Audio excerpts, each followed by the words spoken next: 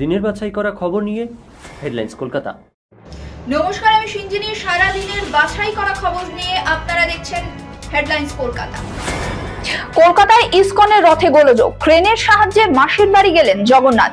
রথের রশিতে টান দিয়ে কলকাতা ইসকনের রথযাত্রা শুরু করেছিলেন মুখ্যমন্ত্রী মমতা বন্দ্যোপাধ্যায়। কিছু সময় পর জগন্নাথের রথ নন্দী ঘোষে স্টিয়ারিং ভেঙে যায়।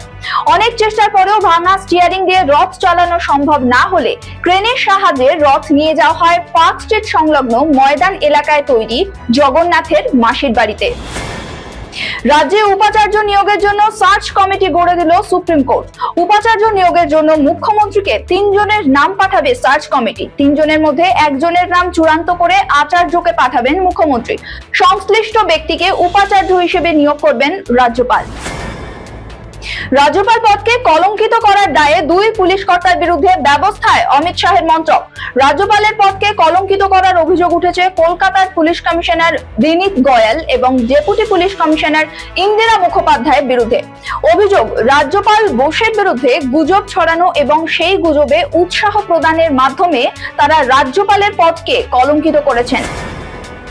10 জুলাই 4 কেন্দ্রে উপনির্বাচন, আজ প্রচারের শেষ দিন। মানিকতলায় উপনির্বাচনের শেষ প্রচার করলেন তৃণমূল প্রার্থী সুপ্তি পান্ডে। শান্তনু ঠাকুরের লেটার হেডে সীমান্তে গোমাংস পাচারের ছাড়পত্র তথ্য প্রমাণ তুলে নিশানা করলেন মহুয়া মৈত্র। এক্স হ্যান্ডেলে সেই নথি তুলে স্বরাষ্ট্র মন্ত্রক বিএসএফ কেও প্রশ্নের মুখে ফেলে দিয়েছেন কৃষ্ণনগরের তৃণমূল সাংসদ মহুয়া মৈত্র। রবিবার ব্যারাকপুরের মহিলা পরিচালিত একটি ক্লাবে দুর্গাপুজোর কমিটি গঠন নিয়ে বৈঠকে কথা কাটাকাটি থেকে ধস্তাধস্তি, বচসায় জড়িয়ে মৃত এক প্রৌঢ়। সোনা পাচার চক্রের পান্ডা নদিয়ার করিমপুরের যুবক বিট্টু। পাড়ায় গোবেচারা বলেই পরিচিত বিট্টু ধরা পড়তে স্তম্ভিত নদিয়ার করিমপুরবাসী। বিট্টুর কাছ থেকে উদ্ধার হয়েছে অন্তত 10 কোটি টাকার কাঁচা সোনা। বৃষ্টিতে ফুলে ফেপে উঠেছে তিস্তা। কালিম্পংয়ে ভাসছে নদীর দুপারের জনবসতি, প্লাবিত জলপাইগুড়িও। সিকিমে বিপদসীমার উপর দিয়ে বইছে তিস্তা। সন্দেশখালী কাণ্ডে সিবিআই তদন্ত চালিয়ে যাবে। রাজ্য সরকারের আর্জি খারিজ করে একথা জানিয়ে দিল সুপ্রিম কোর্ট। সেই সঙ্গে শীর্ষ আদালতের প্রশ্নবাণের মুখেও পড়তে হলো রাজ্য সরকারকে। কোর্ট প্রশ্ন তুলল, কেন একজনকে বাঁচানোর চেষ্টা করে যাচ্ছে রাজ্য সরকার। 2 মাস পর আজ সোমবার ফের মামলাটি উঠল বিচারপতি বি.আর. গাভাই এবং বিচারপতি কে.ভি. বিশ্বনাথনের ডিভিশন বেঞ্চে। গার্ড ছাড়াই রওনা হাওড়া ব্যান্ডেল শেষ ট্রেন। বিভ্রান্তিতে চলন্ত ট্রেন থেকে আতঙ্কে ঝাঁপ যাত্রীদের। মহিলা কামরা থেকে তড়িঘড়ি নামতে গিয়ে প্ল্যাটফর্মে পড়ে যান 2 জন মহিলা। কলকাতা সহ দক্ষিণবঙ্গের জেলাগুলিতে বজ্রবিদ্যুৎ সহ বৃষ্টি হতে পারে বলে জানালো হাওয়া অফিস। বর্ষা প্রবেশ করার পর দক্ষিণের জেলাগুলিতে বিক্ষিপ্তভাবে হালকা বৃষ্টি হচ্ছে।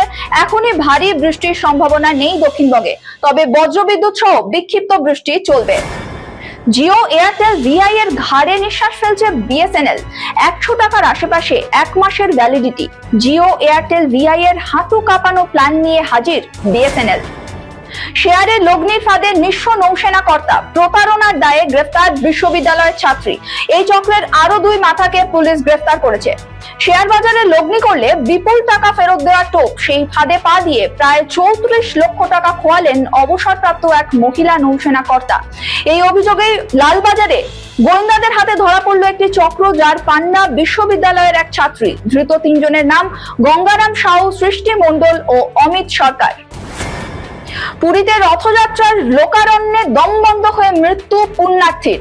জগন্নাথের রথযাত্রার ভক্তদের মধ্যে হুড়োহুড়িকে কেন্দ্র করে পদপৃষ্ঠের মতো পরিস্থিতি তৈরি হয়, আর তাতেই দম বন্ধ হয়ে মৃত্যু হয় একজনের বলে স্থানীয় সূত্রের খবর। জখম বেশ কয়েকজন।